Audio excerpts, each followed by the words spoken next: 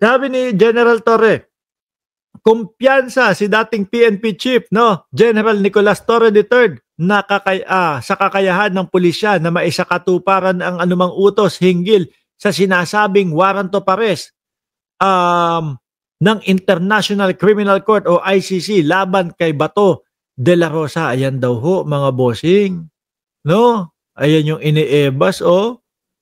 Oh, sa panayam kay kina Francis Paulbe, Raya Kapulong at programang FYI ng Abante Radio, si Torre na nooy director ng Criminal Investigation Detection, oh, siya yung humuli.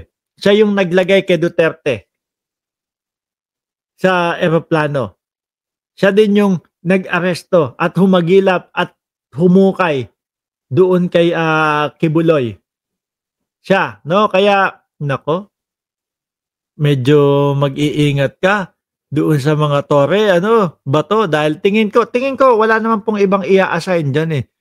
Wala pong ibang mangunguna, no, sa pag-aresto kay Bato de la Rosa kapag ka po talagang ganap na yung warrant of arrest niya. Wala pong iba kundi si General Torre. Kumbaga, magiging pang-apat na star ni General Torre tong si Bato. Mike, ipaulit mo nga kay Bato yung dialogue niya na, come on, Mick Madi. Oh, Mick Madi. Come on, Mr. Trillanes. Mick Madi.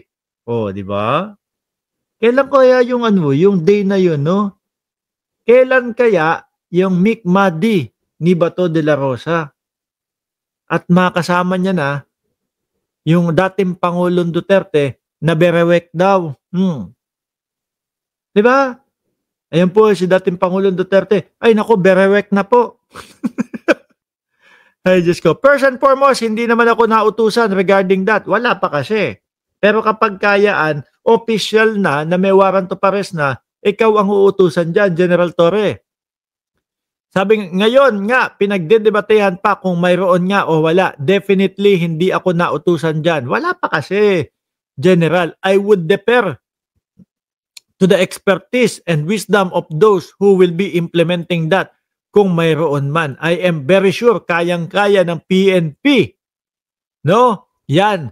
The PNP is composed of 220,000 people. Naku po. Bato. Lahat ba yan ilalagay sa'yo?